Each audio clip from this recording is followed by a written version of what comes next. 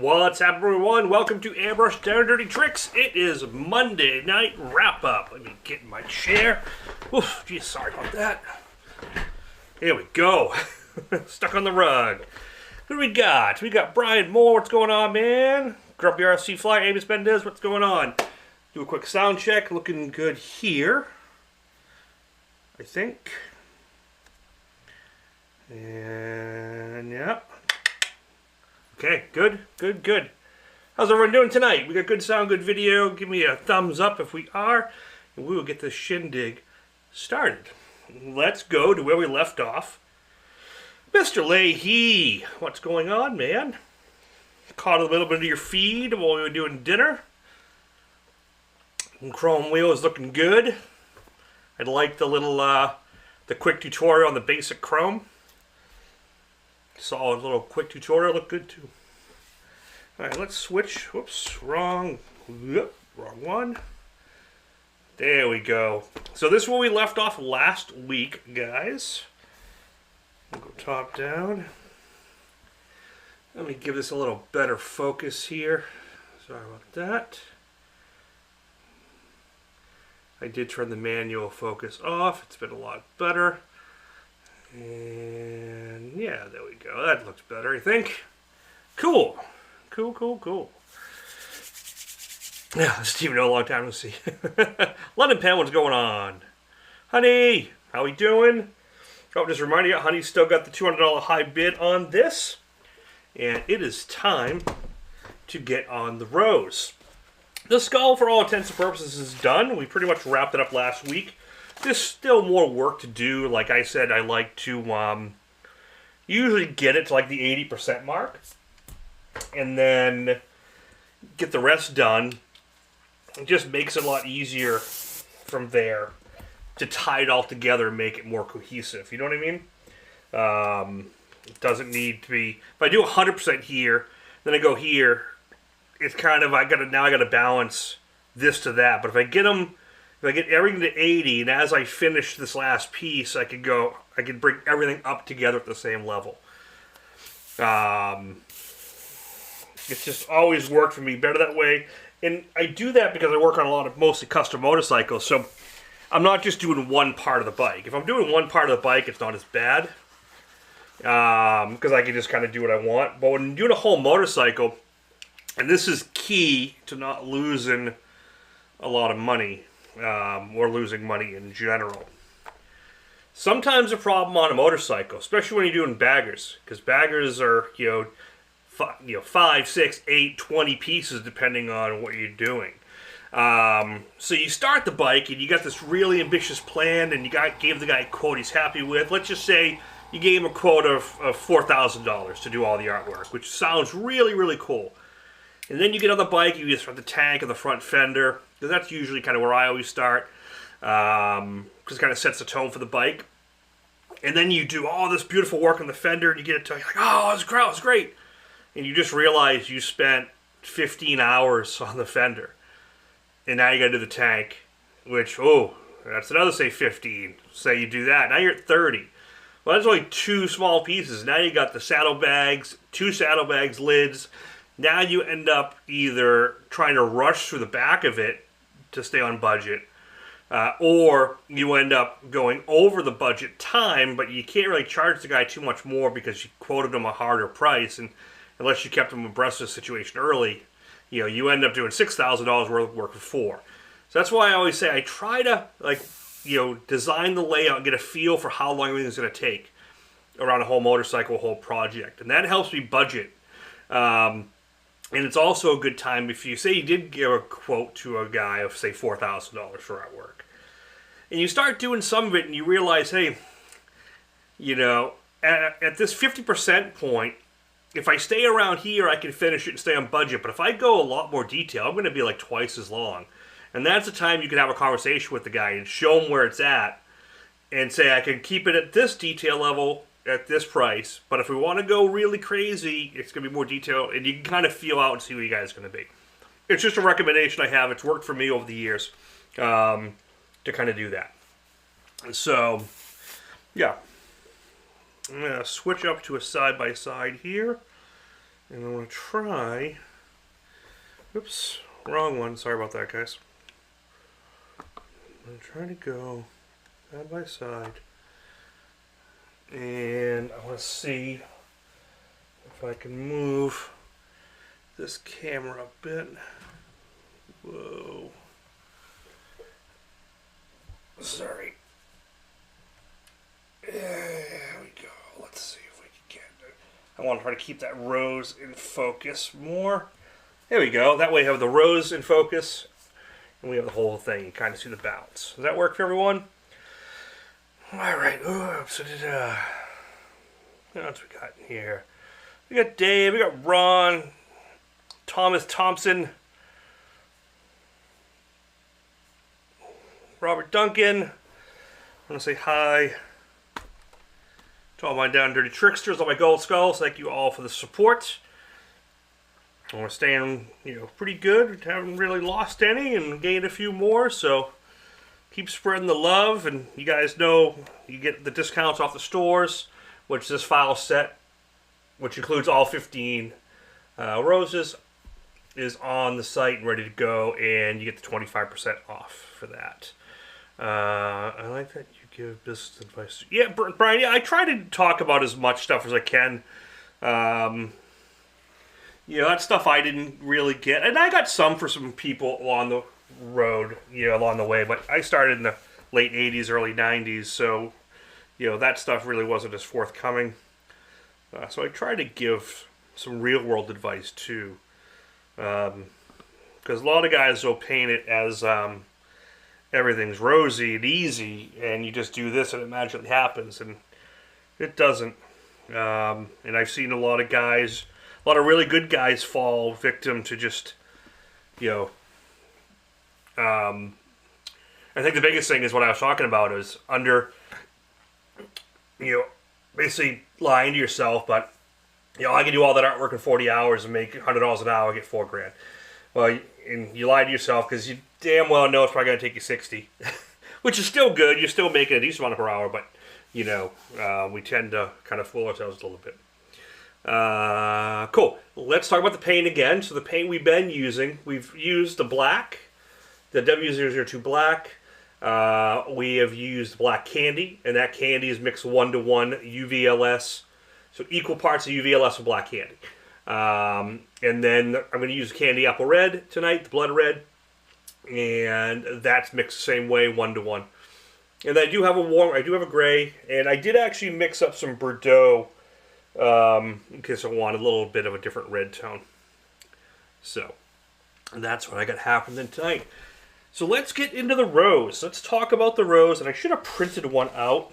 But let me talk what I did is I do have a counter mask, so I'm going to do all this in black and gray, and then I'm going to candy over it. That's going to keep it really clean. And to candy over it, I can either use a sticker mask like this, which is a negative cut,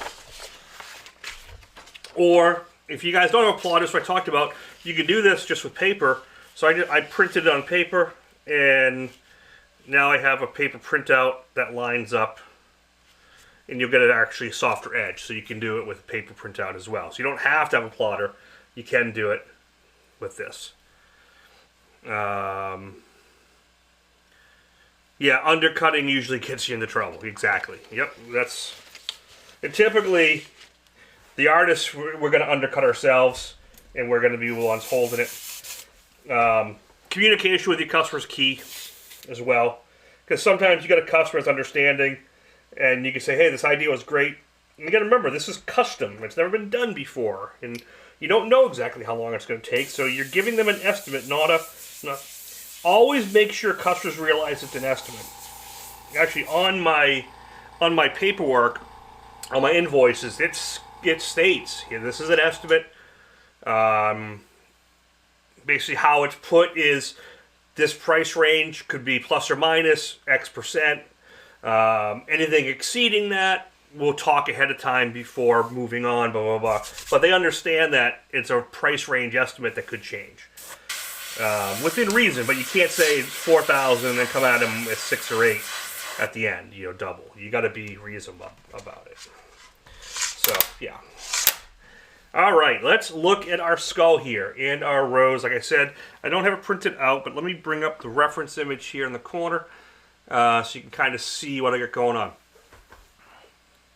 So, just like prior pieces, I'm still working from the bottom up. So I'm going to work on the stem right now, get that done, because that's below all these flowers. If you look at it, the stem is below everything. So I can pull this out. Okay.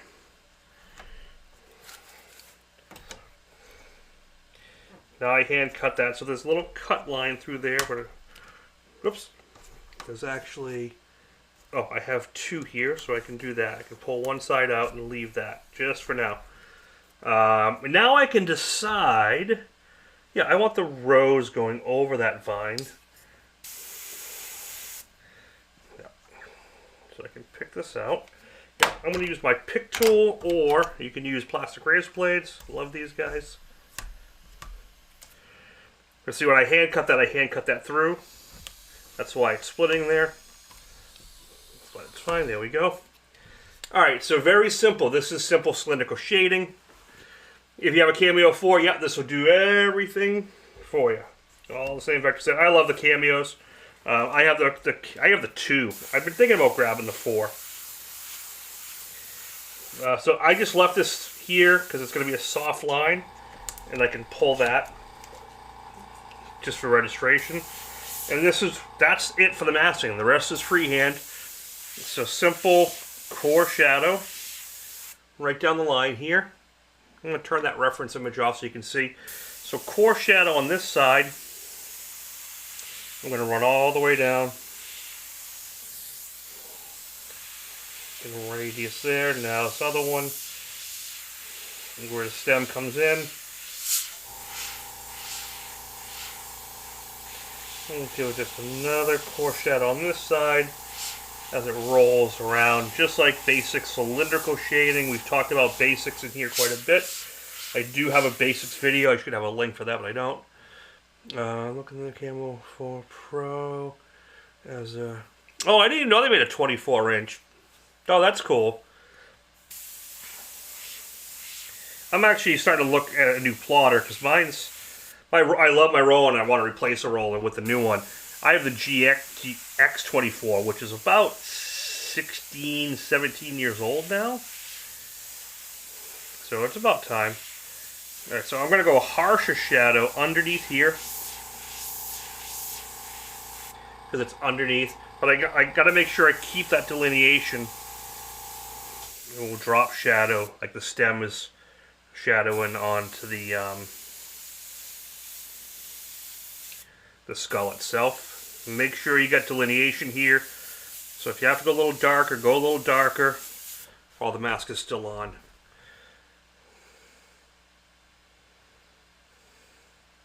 Yeah, 24 is great. My Cameo is just a 12 because I have a 24-inch regular plotter. The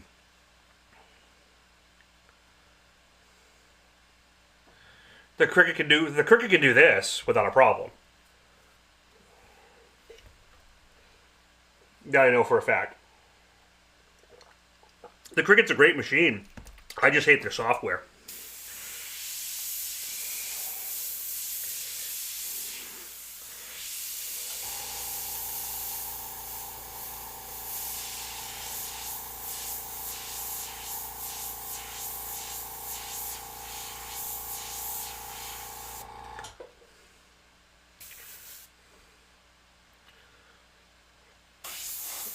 Yeah, no, I know the Cricut can do all the cuts. The machine, like I said, I like the machine. I really don't like the way its software interface works. I find it very clunky and very restrictive.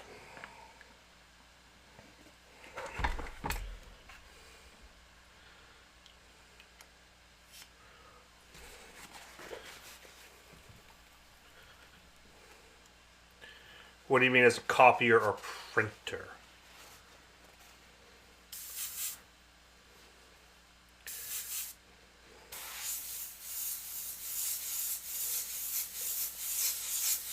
The Cricut cutter itself would cut this no problem.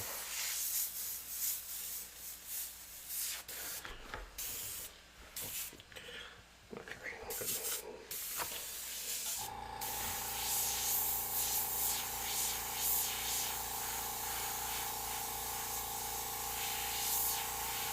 I'm just keeping this really simple. I'm going to cut back in later. We'll do some erasing. I really want to get up to the rose.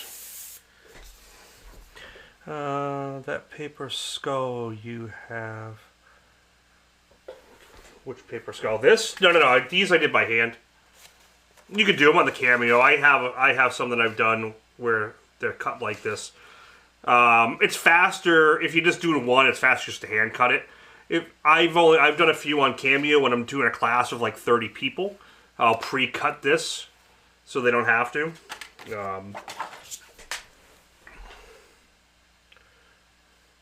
But yeah, you can put a marker in there, do the lines as well. You can also on a Cameo, if you design the file, you can print it on paper like this with a registration mark, and then line the cut file up so the cut cuts all the photo shape out for you as well. Cameo and Cricut will all do the same thing. The plotter will do the same thing too. You just got to set the registration file up. I've never bothered with it, but you can do it. Pull these leaves. So if you notice, I'm working everything from down low. Everything from... Oh, I'm going to do that shadow first. I didn't do that.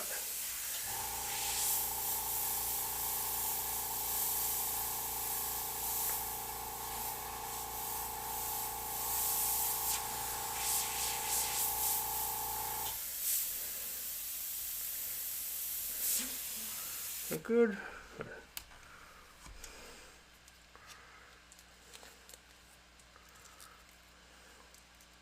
Yeah, don't forget to like, share, please. Gotta keep these channels growing.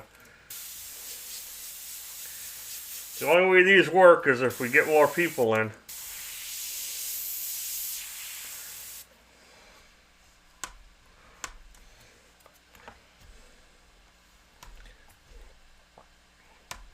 The bigger the channel gets, the more time I can spend on it.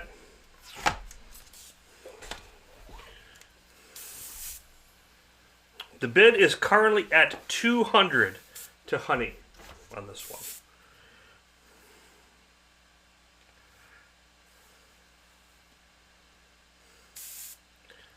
Yeah, I haven't looked too much into the newer Cameos and what they run at, and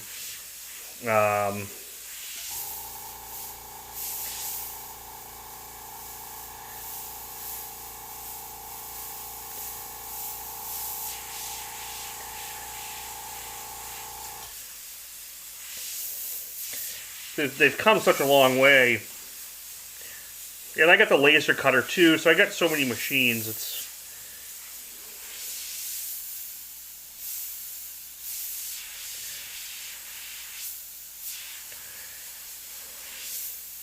I'm not going to spend too much time on these leaves because they're in the outer. And that's all little detail. That's what I mean about the like 80%. Like, I don't have to go too nuts in here right now. I can come back to here anytime. My goal at this point, really, is to get as much masking as I can.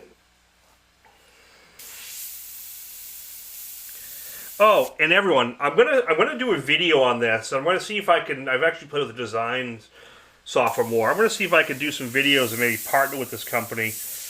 I found a really good, cheap design software and cutting software that works on almost every plotter. It actually works on my Roland on a Mac.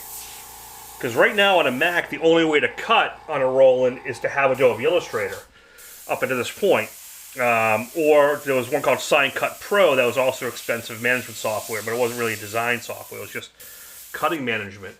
There's a new program called Easy Cut Studio. It's only like $60. And it's a really good design program and vector trace program. It actually can almost take a double line drawing and do center. I played with it a little bit. It wasn't perfect, but it was really good. Yes, Easy Cut Studio. So it's like Roland Cut Studio, but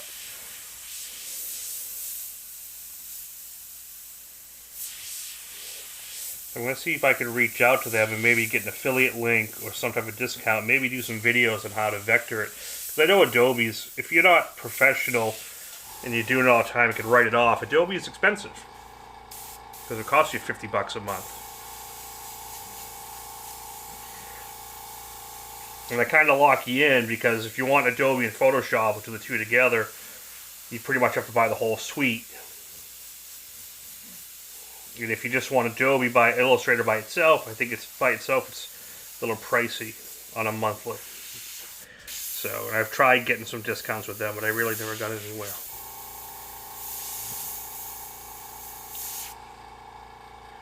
But I noticed that software, that Easy Cut Studio, will cut in a Roland, a Graphtec, a Cameo, a Cricut, a Silhouette. It'll cut on every machine I looked up. So it's really cool. Like, it vectors, opens EPS files straight without a problem. Doesn't do any of that crap that the Cricut does. And I'm pretty sure it'll even cut with your Cricut, which is really cool. All right, so I gotta get this because there's a leaf that comes out from underneath. Gary Shees, thank you, sir. So let me just make sure the shadow's in place.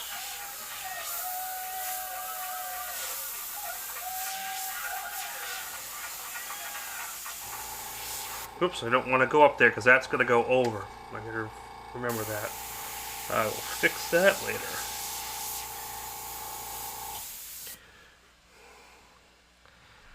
Try Infinity Designer, one-time price. Yeah, I have to look into Infinity. Does it work on a Mac?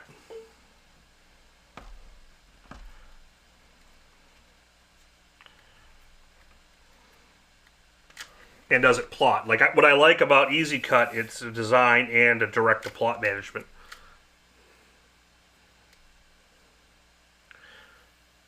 Yeah, I paid I think it was $68 for it. One-time purchase for the version, and that's it. You're done.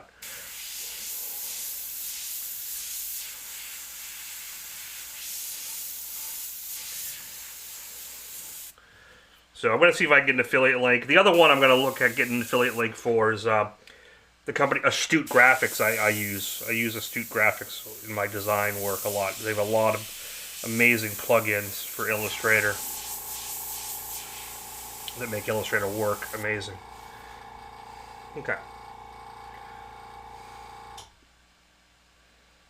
Okay, yeah. I'll look at Infinity. Is it cut management too, or is it just design? Because that's been the problem with Roland, is you have a Roland machine. Up until I found the software, you had to have Adobe Illustrator with the Roland plugin, because you couldn't use regular Roland's cut software, their Cut Studio software. Which I found it funny that Easy Cut Studio says Cut Studio, even though it's not Roland.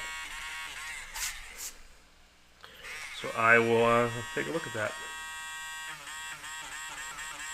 So for the leaves, back to some erasing, I could just come in and just hit some little veins like that.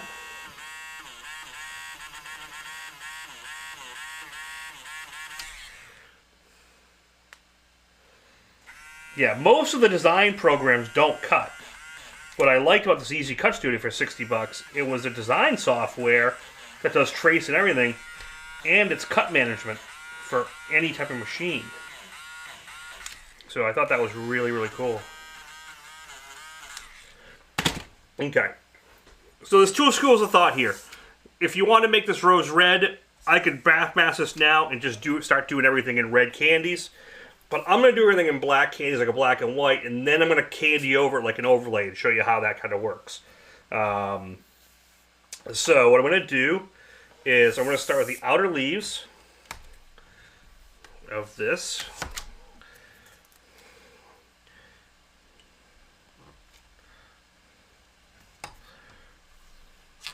Which I can go around and I can pull a bunch of them now, which is great about doing it this way.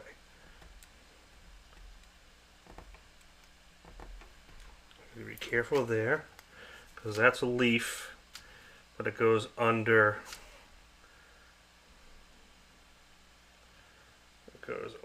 that. Yeah. Okay, good. Good, I'm gonna leave that.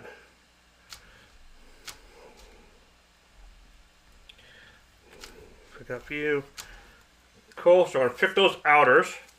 And you know what? While I'm here, let's just make it fun right off the bat. Hey Rob, what's going on? Welcome. Hey guys, if you can share this on Facebook, it'd be great. I didn't even bother broadcasting on Facebook. It's been so useless lately. But we can remind people that we're on, which would be cool.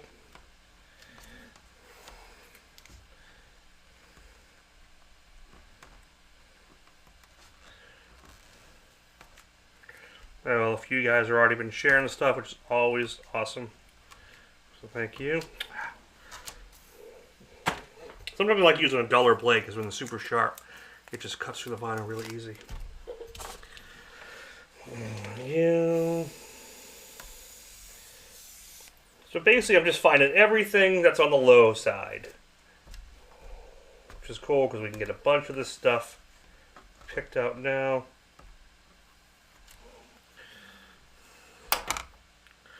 I deleted. I wouldn't go delete Facebook. Did you delete for your business too?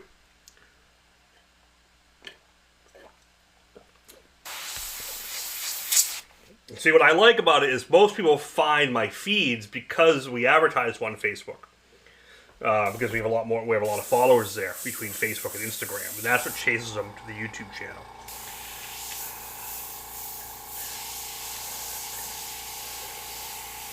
Alright, so I'm just going to start basically by working the petal detail.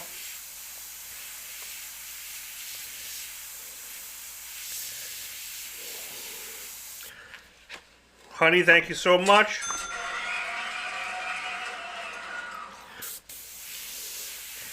Yeah, I mean, I can't stand social media lately just because it's so toxic, but there's ways to manage it. Just not getting involved in it is kind of the key.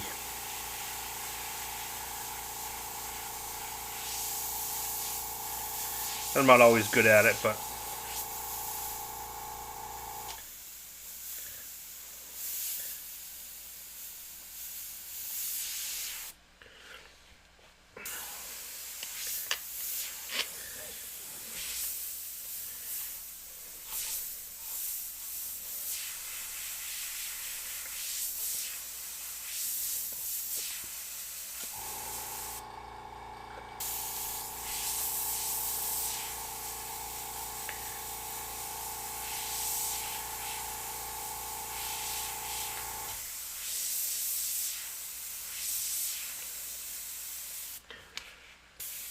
and the great thing about doing this, like this, if I wanted to, it could just be a black and white image with no red, no candy.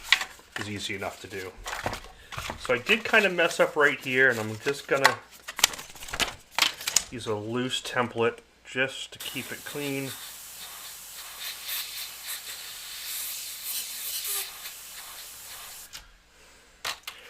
There we go.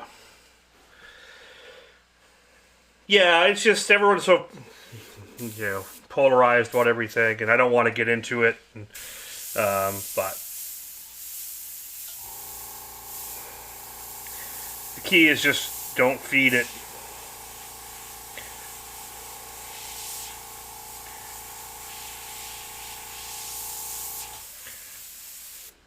And realize most of the people who are starting crap online are doing it just to get the reaction. I know guys who do it who actually don't even believe half the stuff there. They just do it just to get a rise out of people.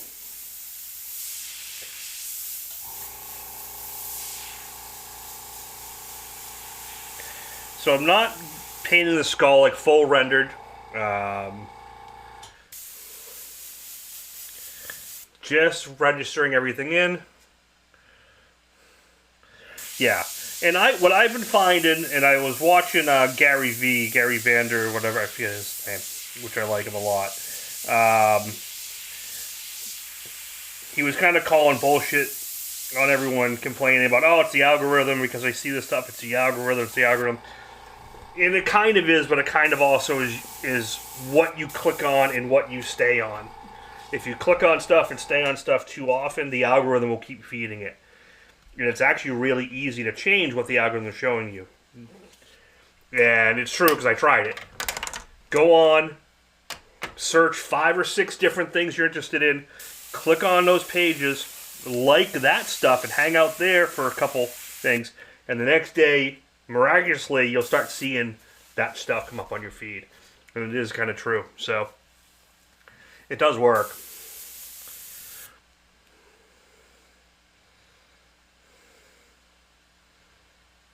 Is it Vanders? The guy who does all the motivational talks, but he goes around and like auctions and yard sales and shit like that. I forget the name of his company, but he did a talk on it, and he's kind of right about the way the algorithm works. Well, I'll equate it like this. Algorithms are like reality TV shows. You know, they always paint a certain person like the asshole, the trouble guy, and one thing I learned about working on some of those shows and with some people from that, and a few of the guys who were treated like that, they can only make it look a certain way because you gave them the ammo. The key is, yeah, it doesn't work on Facebook as easy, but it does work because it's the same algorithm. You know, they use a similar algorithm. Like I said, I just ignore Facebook more and just post. I just post my dates and when I'm doing stuff, and then I don't look at it. And I find that's the easiest way to handle it. So you notice I'm pulling. I'm still working from bottom to top. Stuff like this, I just lightly blow it in so I know where everything is. And you'll see as I pull the mask how it starts to make sense. So I can pull here, and good here. There's another one like right there, little fold.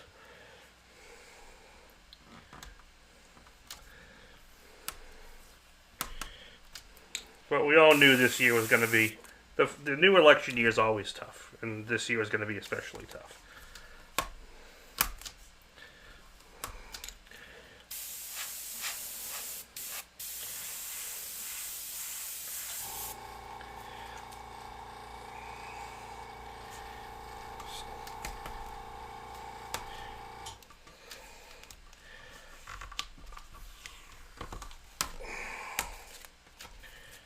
Alright, so now the main skull is done.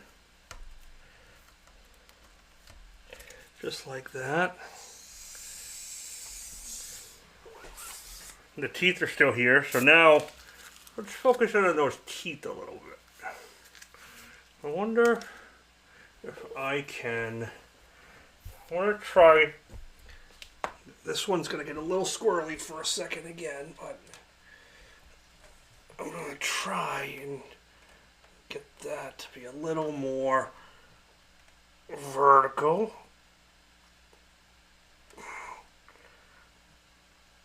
Okay, there we go.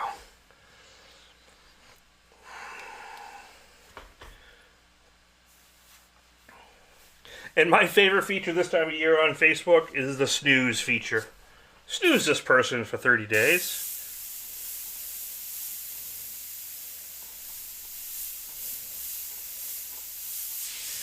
I used the heck out of that one.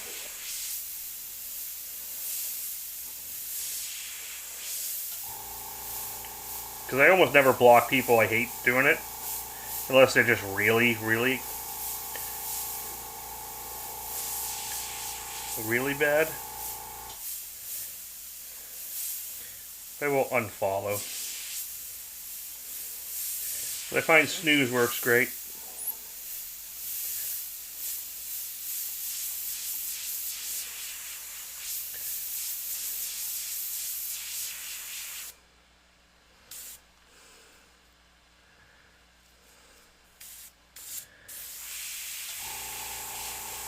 So I'm just going around. There's a couple teeth here, so I'm just making sure I shade around those.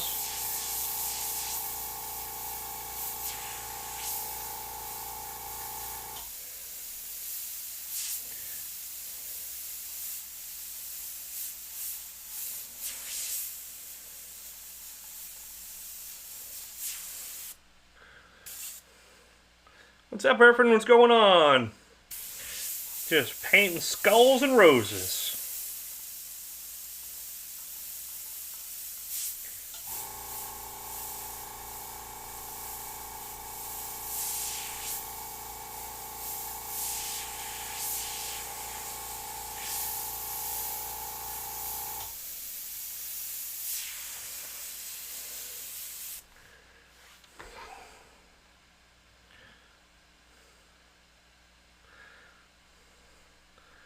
Snow Mexicans. I've never heard that term before.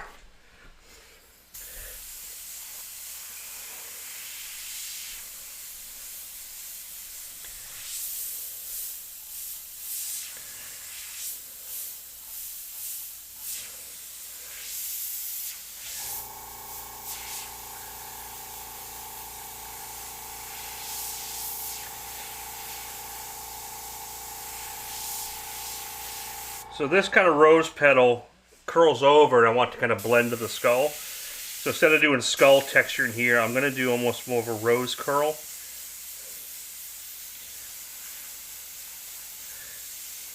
Create that kind of transition. The Canadian connection. I got quite a bit of following. Well, my family's from Canada anyway. From Nova Scotia.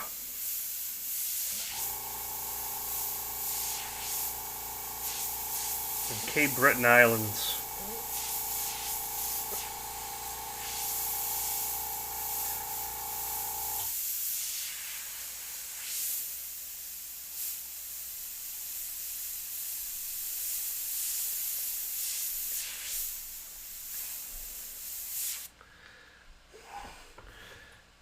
This stencil set, this rose set's already up. It is right there. So that rose set includes 15 roses, the petals, and the roses with the skulls. It's a similar rose set to the original rose set, but it has the skulls mixed in. There's some of the same skulls, and then some of the same roses were used in this. Yep.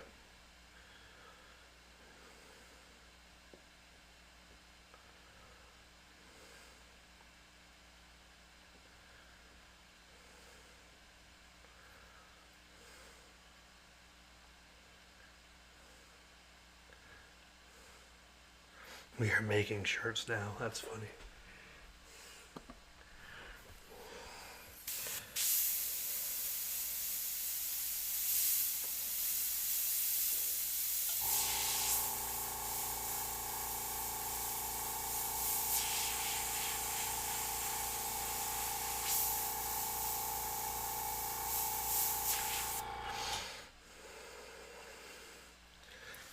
Yep.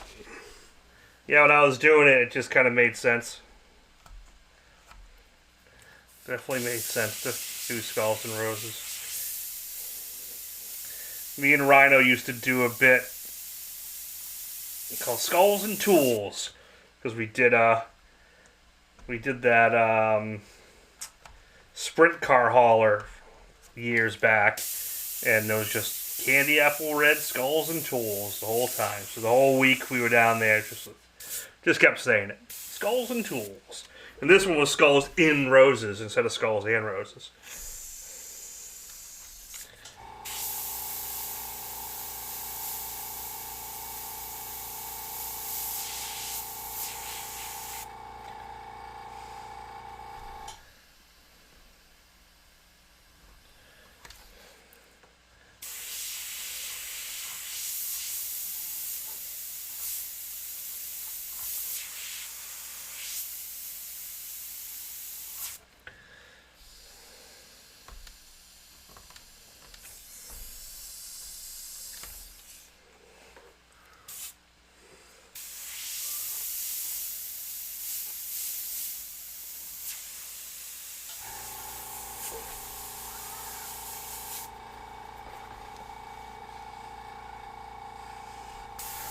Alright, so now the skull is done. The main petals are done. Now we can start working the rest. So again, I'm just working from the outside in, and then we'll candy it. Have you decided your next dragon? No, no. I do want to do one, but I know I want to do a Charon, you know, the ferryman. I want to do, that's a plan. I was talking to my brother the other day when I want to do two is, love to do Chernobog from Fantasia, the demon. And he actually has a nice hand drawing from Disney that he had done that I thought of using as a reference for a cool position.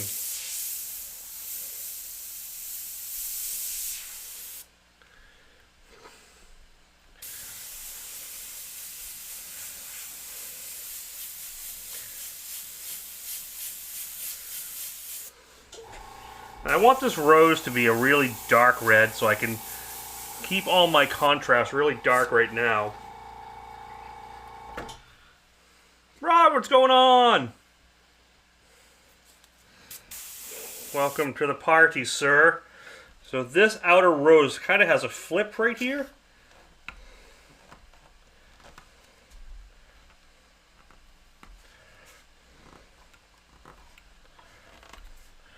So I'm doing that, and we'll shade it here. And then I'll pull this off.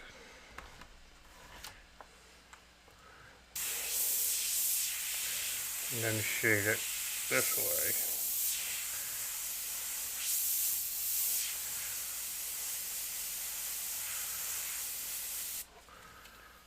way. Yeah, it's been a bit. Welcome. Still here rocking and rolling. Okay, I'm gonna go here, here. I could actually do this. See, I just keep working my way in.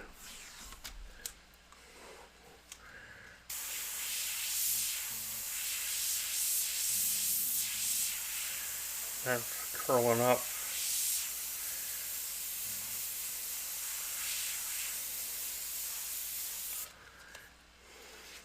Now I'm going to leave this because this section is inside, so I'm going to leave this one and leave this one till towards the end. So what I can do is I can pull this, but I can't pull it all the way off, and you'll see why in a sec. Oops. My pick's getting a little squirrely here. Damn it. Digging the board a little bit. So I'm going to roll it back like this, just for registration. Do some petals. Just do some vines. Vines, like veining. Texturing. And then it can just go back down. I'm glad you like it.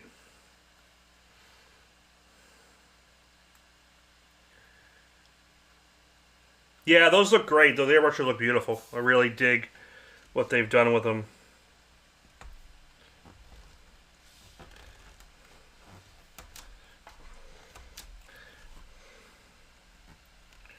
I've been toying with the idea of grabbing one, give it a shot.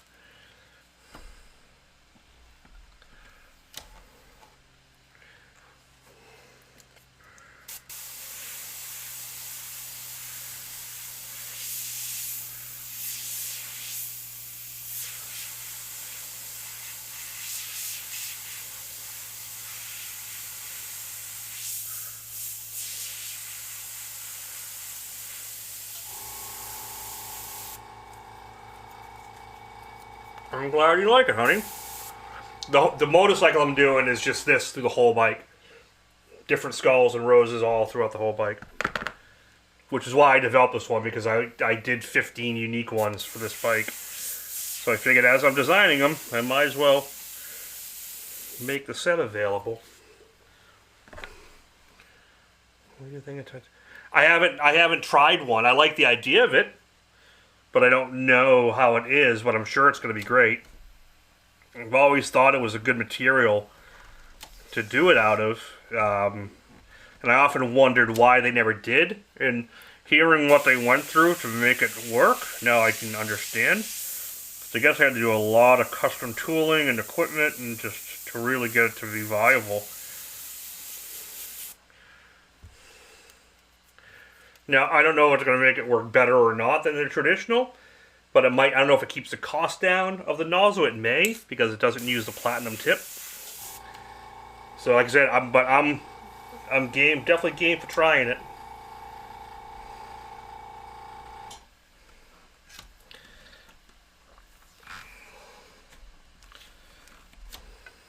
Now, whether I want to spend the money on one right now,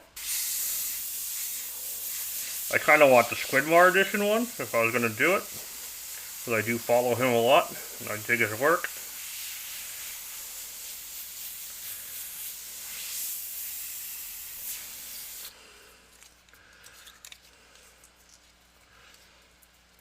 Oh yeah, yeah. But I'm imagining if they get it to work and it's very viable, it's something they're going to see a lot more of done.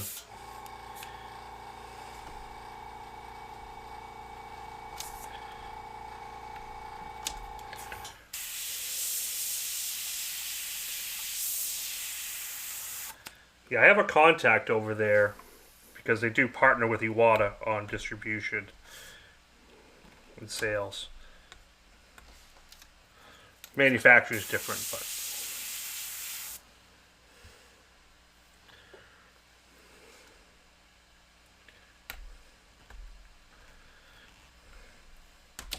yeah, so right now all this stuff that I'm leaving right here, this is part of the vine that's going through. Wonder if I can get that to focus a little better.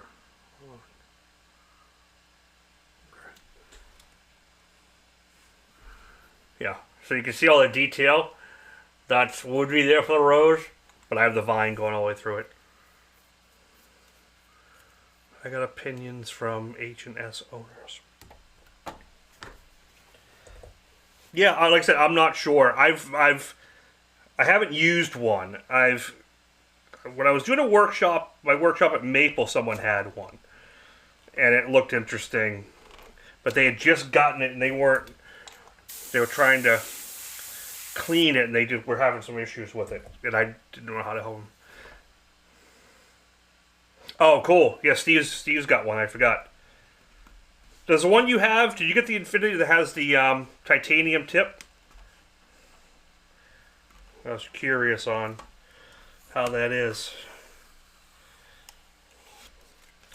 Oh, just a tip.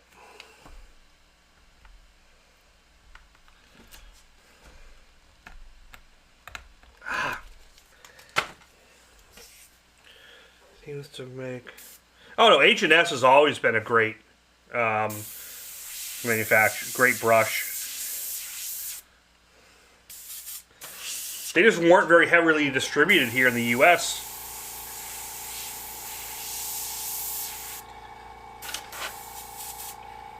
And they've really made a big push in the past few years. Yeah, I'm pretty sure Dread's based out of like UK, right? Is it UK?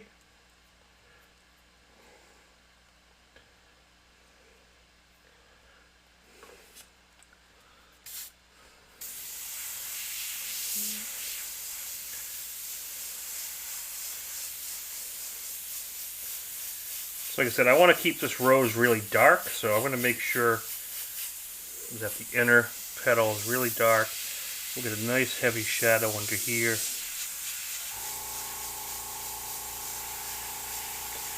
And here's the thing, if we're going to do erasing for anything...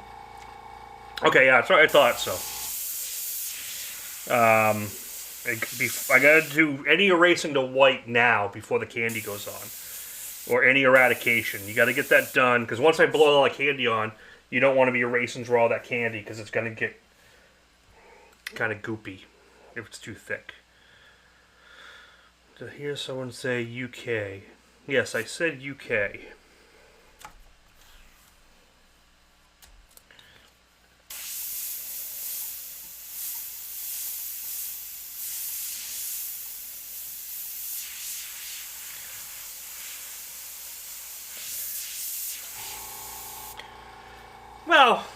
the UK is not really massive.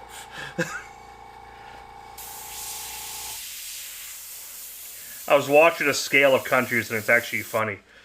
They were saying, I think the entire UK fits in the state of Michigan.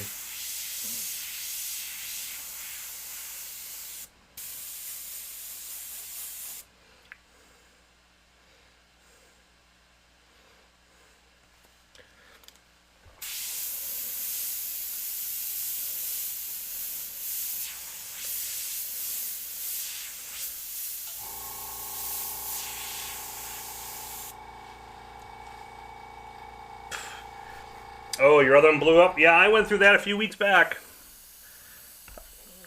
My Mac crapped out on me, but it ended up being the battery was just causing issues. It was like causing thermal issues inside the machine. So once I got that replaced, it's been fine. But I bought a new, while I had to go away for service, so I just ended up getting a new machine in the interim. Okay. So now I'm going to pull this main leaf.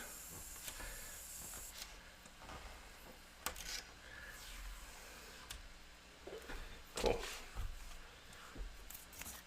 So just as a black and white with no red, this would be a cool painting. And I could just work it.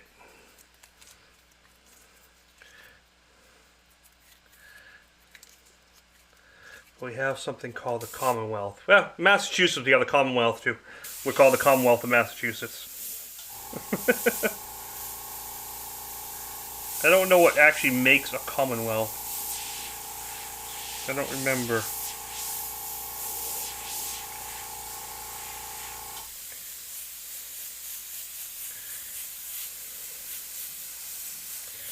Okay, so I kind of want to get this. I kind of want to do it and then cover it. Yeah, I really do. Because I really want to see what it looks like and drop shadow it and clean this up. Because there's a lot to take out here and I don't want to be doing this with all the candy.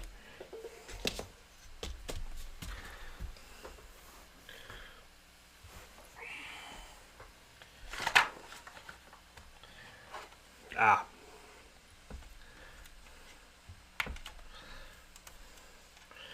I'm going to take my plastic razor blade, go in, I'm going to pull all this stuff.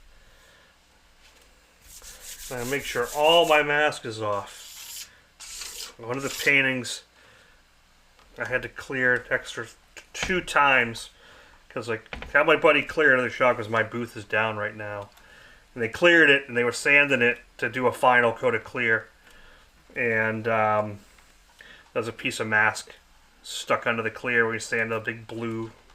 Came up and showed it. Name a country and we've invaded it. Yeah. Yeah.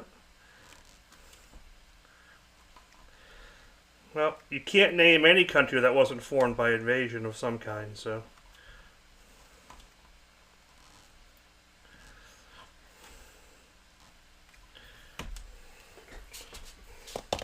Alright, so I'm going to clean some stuff up here. So this is...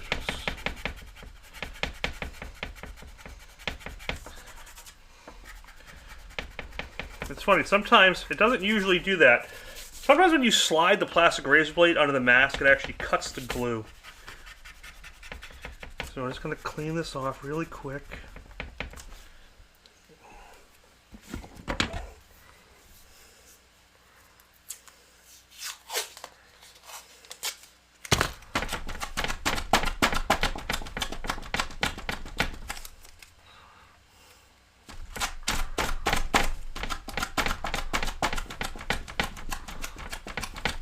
My point is every country is formed by taking land, usually and conquering someone else who was already there at some point.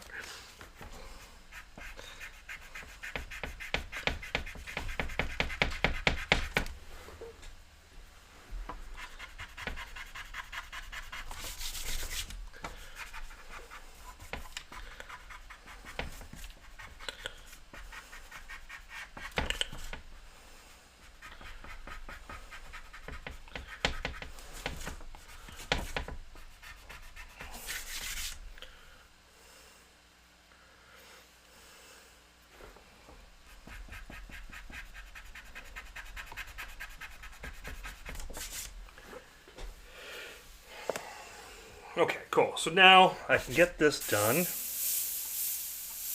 That's why I wanted to pull this off now, so I can get this all worked in. I can kind of figure out the drop shadow, make that heavy. Then I can go back in later.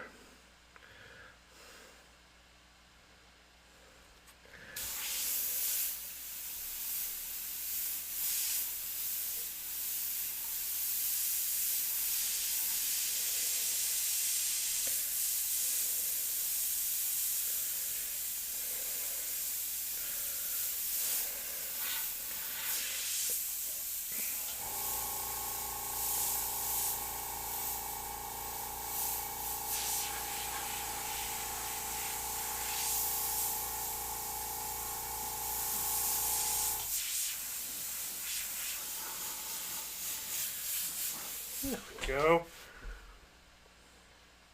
So all the masking is off. So realistically, that's the full painting. Now we're going to add the candy.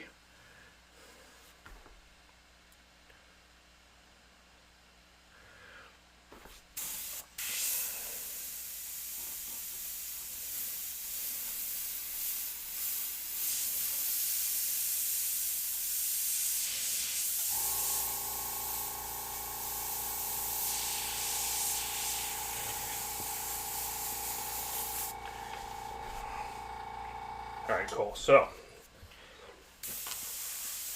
let's do some erasing and eradication. Remember we talked about eradication last week, which is just taking isopropyl alcohol or whatever reducer through an airbrush.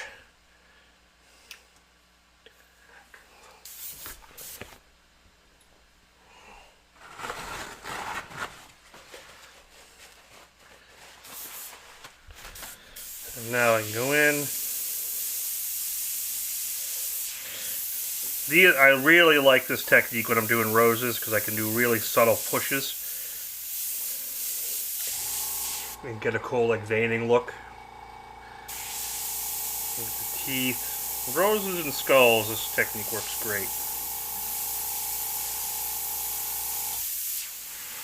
Like in here, I can really push the spine around.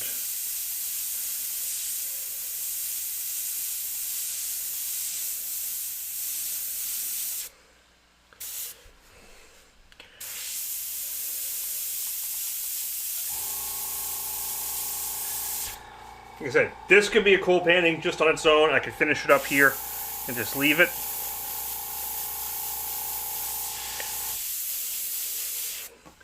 Yeah, especially with all these little details, the rose. I want to get a nice, really red rose, then make it dark. So, what I'm going to do is, where is my KUTG gold?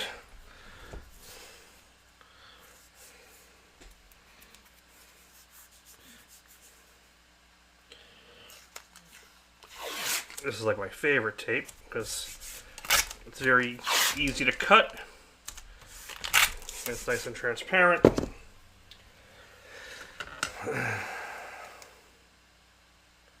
Yes, you can mix Wicked colors and illustration colors.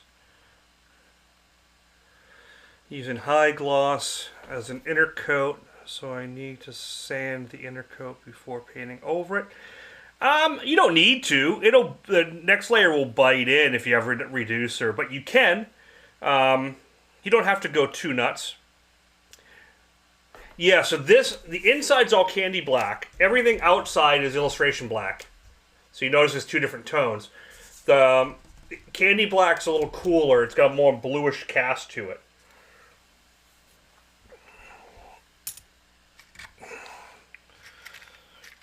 But yeah, if you put a big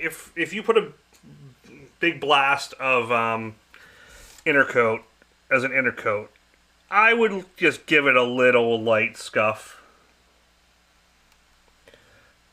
So you don't really have to. It will bite in. Probably could use the green mask here. but I'm already kind of committed.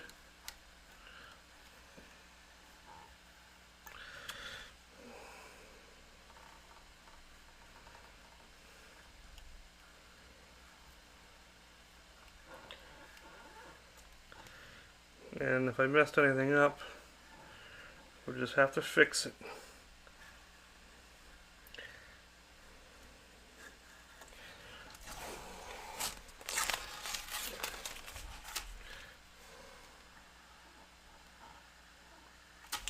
I don't really need to be worried too much about there.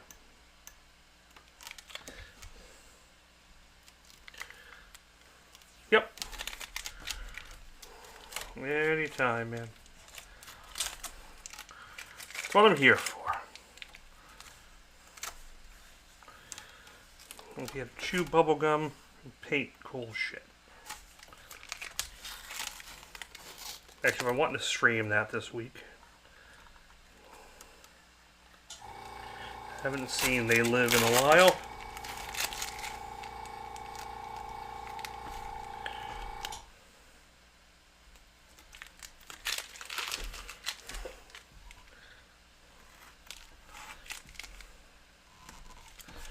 Come on.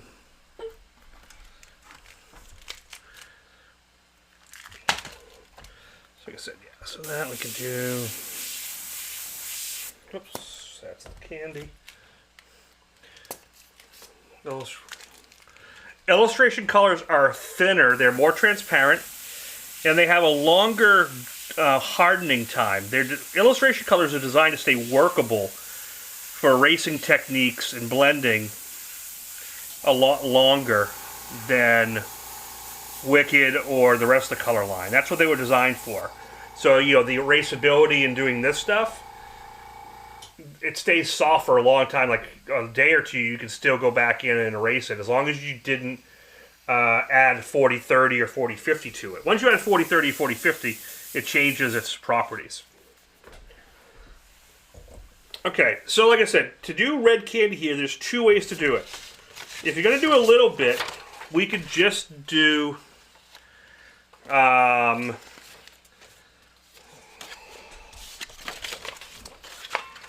if you're going to do a little bit, you can just take this and we can magnet it down.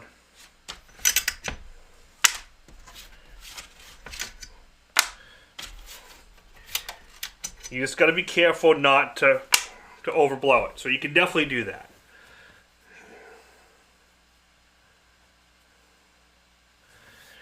So if I'm doing red cars, I don't think I'd use candies. I would probably use illustration colors in transparency and build it, and maybe use the candies towards the end to like blend and brighten things, like to give it a richer look. The problem with candy is it doesn't look like a natural red car when you do it because of the way the tones go. I would use an illustration reds and maroons and things like that, and then maybe use some candies in to like blend. That's probably how I would handle it. Unless you're going for like a cartoony look or a monotone look, I don't think I would just use candy on it. So the thing about candy red is it determined it by what's underneath it. So the only way to get it bright is to have a silver or chrome underneath it. Is the brightest, or white metallic is the brightest, white pearls. But as you keep layering, remember it gets darker and darker. Because the more you layer candy, like if you look at this, see how dark that is? So like every coat, see how I keep pouring on the side? It gets darker. So it's always going to keep getting darker and darker. So it's tough to control if you're just using that for the car. So I would use red candy, but I would also use illustration reds and maroons and tones like that initially. Candy's biggest benefit is when you're working over, I'm just going to stick with this. When you're working over metallics and pearls, so all those metallics and pearls come through, or the underpaintings come through, like what I'm doing here. The reason I'm using candy is because I'm doing all the work in black and gray, and then I'm going to tone over it. I now have a totally more realistic looking rose if I was using just regular, if I was using regular reds.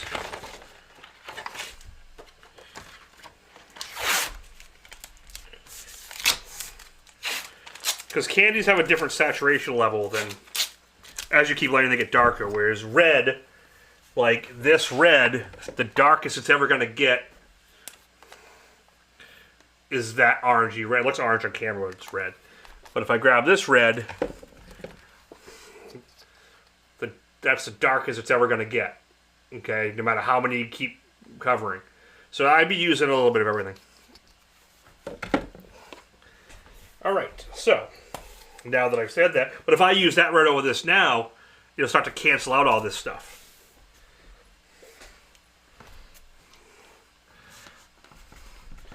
So remember I said, anything I want to be the brightest, I'm going to have to hit now. Because I don't want to put white on top of it because it'll go super pink. So you got to get your saturation level, your contrast where you want it.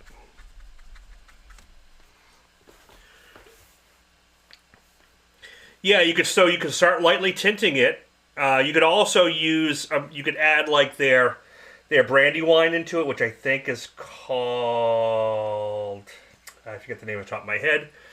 And you could start to darken it with a black candy for your darker areas. So you could do it in black and gray and then start doing washes. And you can still do black and gray and use transparent illustration color reds as well. You're not gonna. It's gonna work with, because those are transparents as well. So candies are translucent, where they let the light come through the color. So think about it that way. The candies are translucent, whereas like illustration colors are transparent. So they will work with what's underneath it.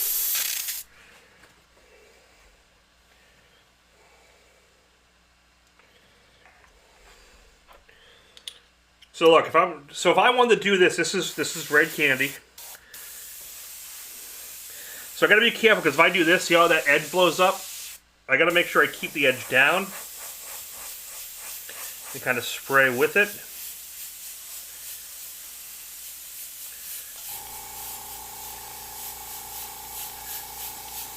And I'm spraying at the direction like with that. So see how it's red, and if I do more out here, it's going to get darker and stay lighter in the middle. Actually, you know what I'm going to do? I'm going to make the skull down here. Since Honey's a high bid, I'm thinking I'll let this stay a little bit more whitish pink, and then the rose gets more red at the rose level up here. I think that'll look cool.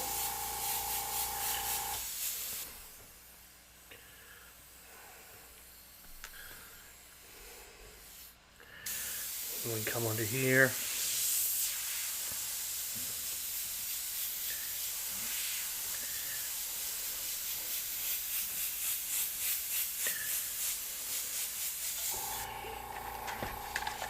And I can take this texture and we'll add a little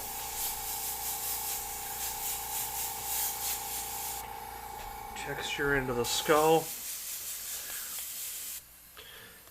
Yeah, this is red candy. Remember, I got a lot of studio lights here, so on your camera it's white and it's next to white, so it's gonna look a little orangey. In my view, what I'm actually looking at, it's really rich red.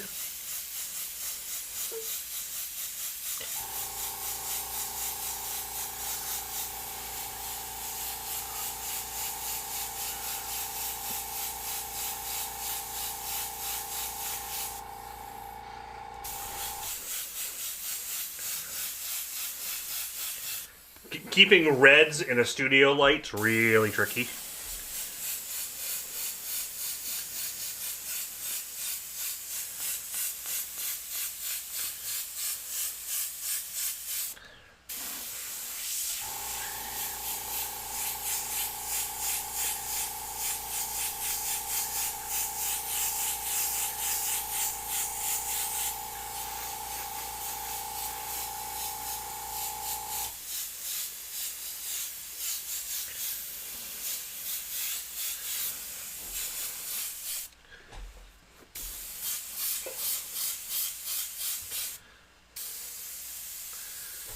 It smells good too.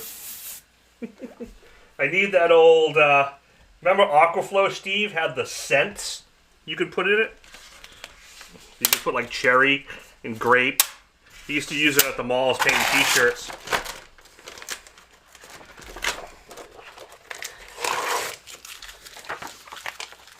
Yeah, no, it's a really nice red. And I can watch, I'm going to deepen it up by adding some black candy into it. But see now what happened, and this is good because I can kind of cut in, is I got some off registration, but I can easily come in like this and just move it forward. And kind of get rid of that.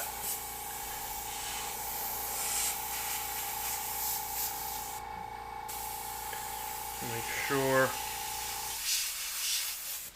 There we go.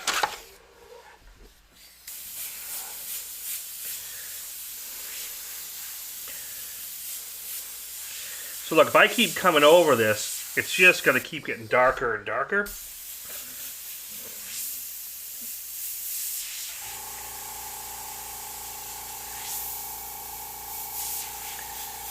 I'm going to come into here like this.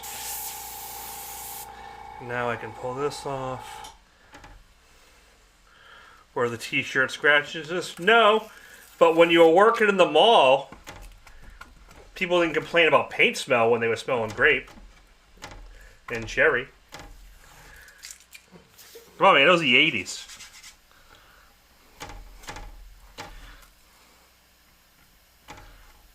It was like those, what was it, the Mr. Sketch markers? That had all the different scents. They were awesome. I like that kind of whitish tone in the middle, I think. Yeah. Alright, so now what I'm going to do is I'm going to add a little bit of black candy to it.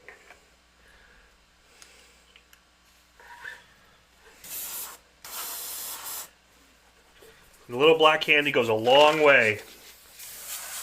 See? So now I can go in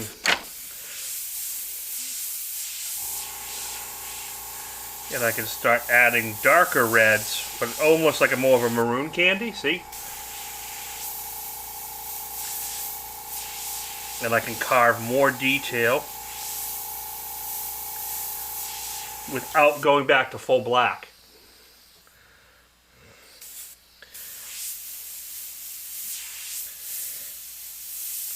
Well, the other thing you couldn't smell is when the paint was going bad. Any of you guys ever have, and Steve's going to know exactly what I'm talking about, when water-based paint goes rancid? Has anyone ever experienced that? You old-timers like me probably have. Younger guys, you might not have never really had it. And let me tell you, it is nasty. It is like...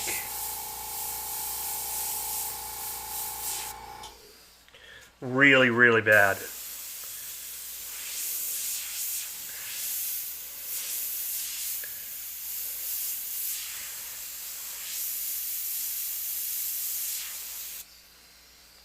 It's so eggy. Yeah. It's like stink bomb rotten egg smell. You know what I mean? Like that. It's just gross. Because it's all the organic compounds that's in it. There's some organic compounds that will eventually go bad. And some of the stuff in water-based paints, some of the chemicals in it are to keep that from happening. But sometimes it happens. Yeah, if you get that, toss it out. Just toss it out. It is so gross. It's no saving it. It's gone bad. It's rancid. I was teaching a class at the vocational school last year, and one of the bottles of black went bad, and man, it was horrifying. It was absolutely horrifying what it was like. It was bad. Yeah, I'm thinking maybe a little couple of tips here.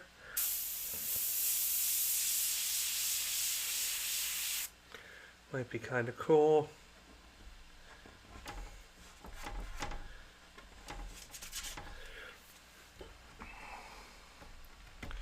And that's going to go through. I know this one is going to go over.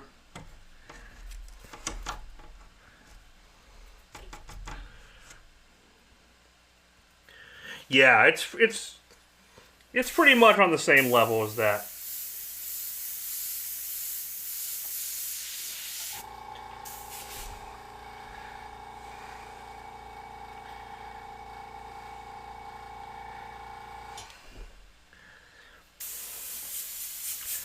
Okay.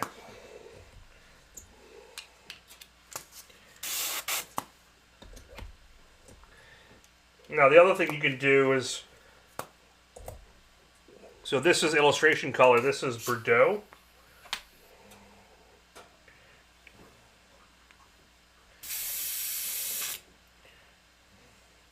Which is like a nice maroon. You can go in with that color as well.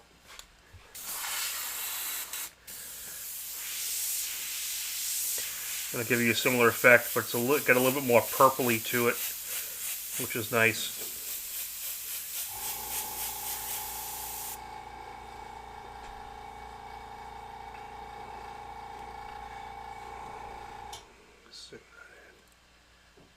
See all that nice little detailing and veining in there. So I can come in with this color and just add a little more.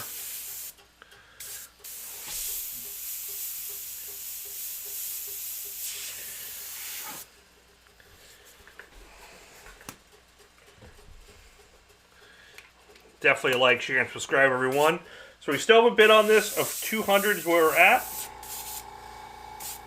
Miss Honey.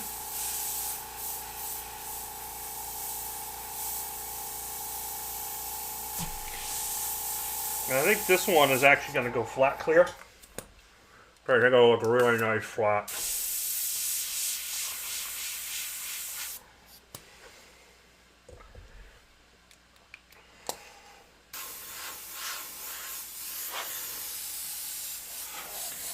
And this is something.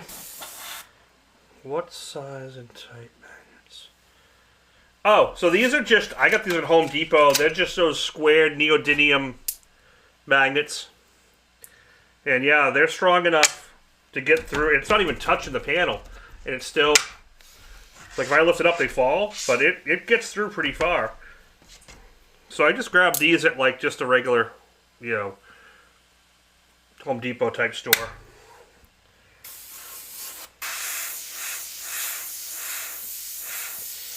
So now I can go in and finish this stuff freehand. We'll get this unmasked.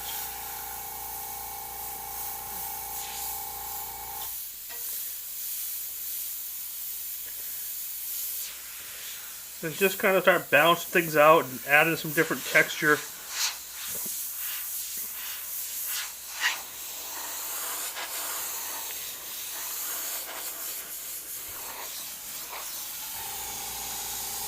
I think this stuff is getting nice. Yeah, I can keep, if I keep layering, it'll get darker and darker and darker and darker and darker. But I can also go with the black candy and darken some areas out and push contrast as much as I want. See what I mean? I can go and just add more.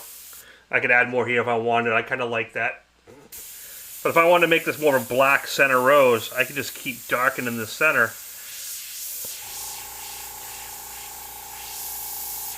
And go from there.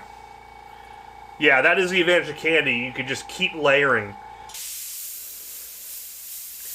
The problem with candy, though, is if you go too far with it, you can't go back. You can't lighten it back up. So, you know, it's an additive. You got to keep adding to it. And if you go too far and get too dark, you can be detrimental if you're not careful. So it's definitely, it's flexible in some ways and it locks you in others.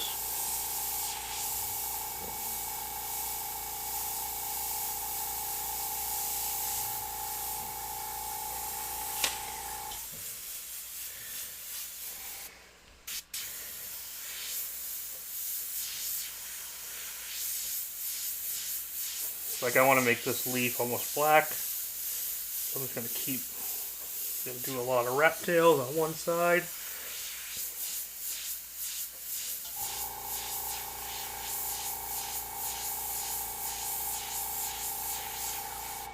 What time we got? 9:20. We'll wrap this up in 10 minutes and be done. Yeah, the red really does pop. It's a really cool painting overall. Like I said, this is that whole motorcycle, what the whole motorcycle I'm doing is looking like.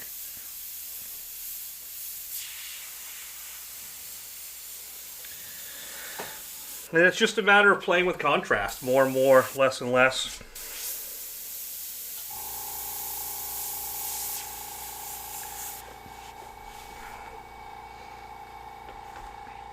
So with these candies, I don't need to thin this because when you mix candy, for airbrushing, not for spray gun spraying, for airbrushing, if you mix equal parts of the Candy 2.0 concentrate with 40-50, it's pretty much ready to spray.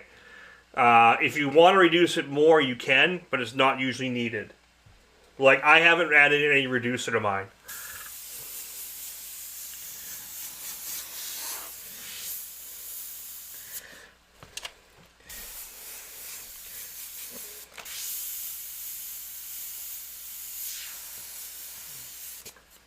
Need to highlight that edge. But if I was to reduce it, I would just use the same 40-21. Yep.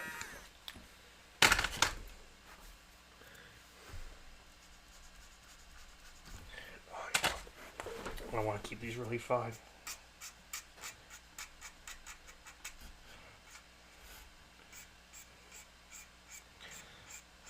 The old razor blade scrape on the leaves.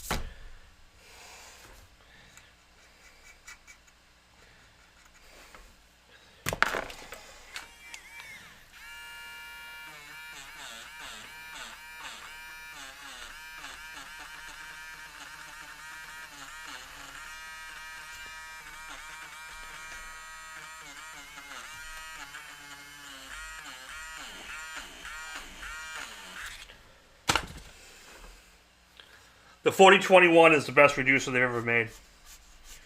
It's pretty much been the game changer for me. As a guy who paints mostly in urethane as a career, it was pretty much the secret sauce I needed to work with water-based. I like the 40-11. Worked well. I used to do a custom mix of 40-11, 4 parts 40-11, 1 part 40-20 to get that extra heat. And then they came out with this, and I actually like this better than that mixture. So,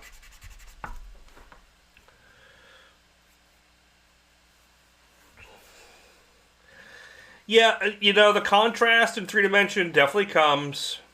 That's where I say I need to come from the Cape. Yeah, I got to get you up here. Maybe this summer we'll try to set something up. It just comes down to practice, really, and understanding lights and darks and distances, and there is no magic to it other than just constantly getting better at it, and you know, knowing where to push it and where not to. Like, okay, here's a good example. See how this looks nice and radius because it's brighter and it's darker here. Now if I add another pass on this corner, it's actually going to make it look deeper and more radiused. Like a core shadow. Watch, it's very subtle.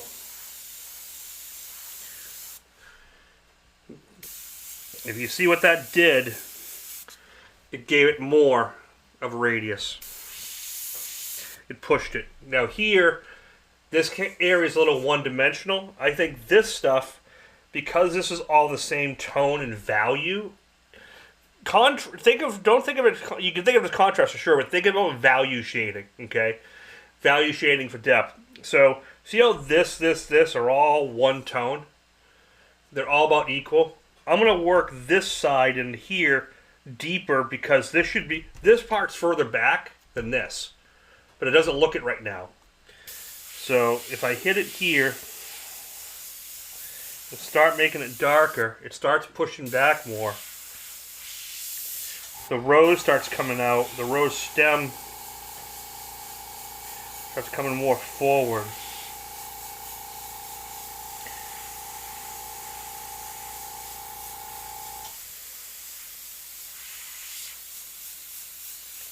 Because I'm darkening it.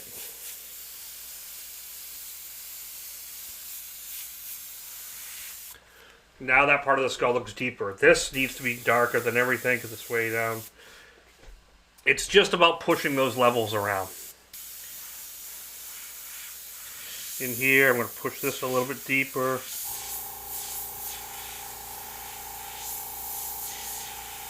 This is the price point discussion. If you've already exceeded your budget of time to money ratio, this looks awesome. Customer's going to be happy. Ship it. You're under budget, you still got time to add more detail, and you really want to bring it home, you just keep adding, keep working. Because this is at the fun stage. This is the looks awesome stage. I can just keep playing with it and adding more and more details and little grits. And 5 minutes to 50 minutes can change it dramatically. And it's just a matter of more shading and more playing around. And like, I can get this whole side of the skull a little darker by doing a nice little wash. And it pushes that side more dramatic lighting. See how by darkening that side, it just pushed it back. That's the stuff you're looking for.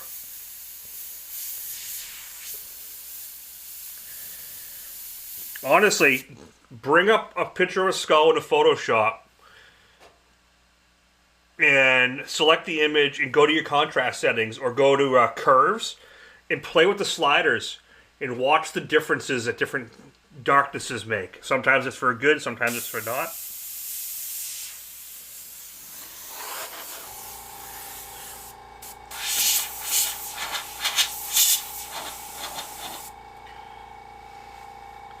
Yeah, see what that did?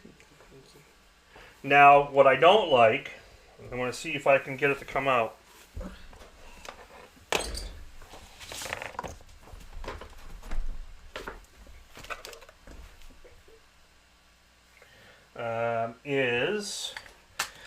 It's a little lost here, so watch. If I lighten that edge up just a little bit,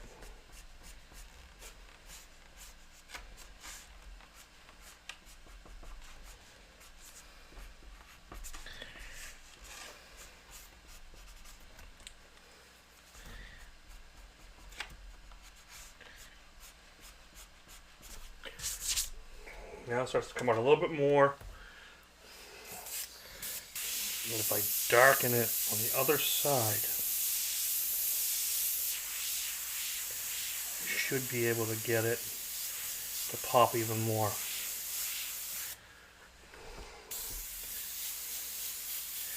But I could go too far. I've got to be careful at this point. I could overwork it.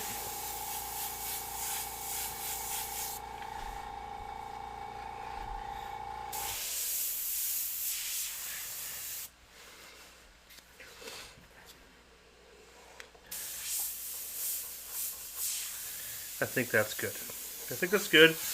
I'm going to pull the tape, shadow where these things go, and then we're going to call this a night, kids.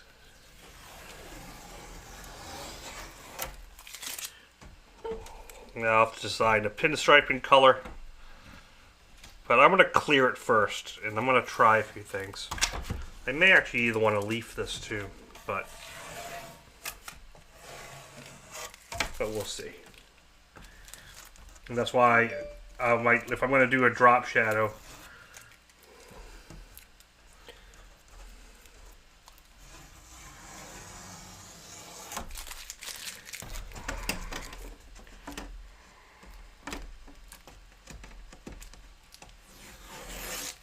oops.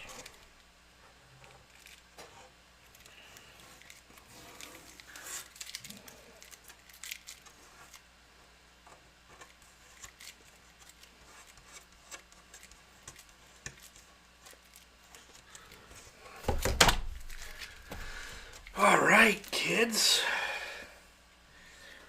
There we go. I'm gonna refocus that up because I don't have autofocus on. Give it some extra light.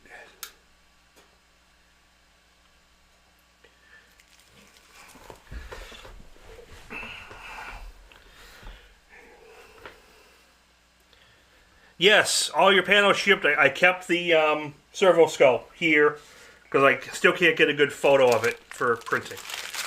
But everything else, you should probably see it. I'm surprised you didn't see it today, so I did priority it. You'll probably see it tomorrow then.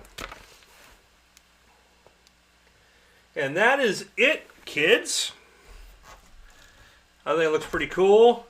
I like how this one comes up, and then, like I said, I'll do a pinstripe, then I can drop shadow over the pinstripe on this, where these little bumps kind of come out. But yeah, I think that looks pretty cool. Something like this, like blah, blah, blah. Like I said, this is the bike I'm working on. This is what I got going on now on the bike, so you got to see the whole thing. Gary, I'll get you the tracking number. I think I got it listed somewhere. You should see it tomorrow. Okay, I shipped it Friday afternoon.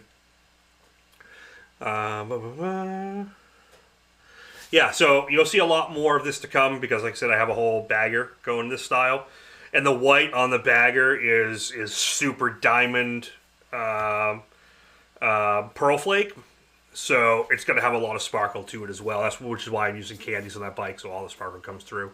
So I hope you enjoyed this Skulls in Roses piece. The Skulls in Roses vector set and the Rose Vector set are available on McKayFineArt.com.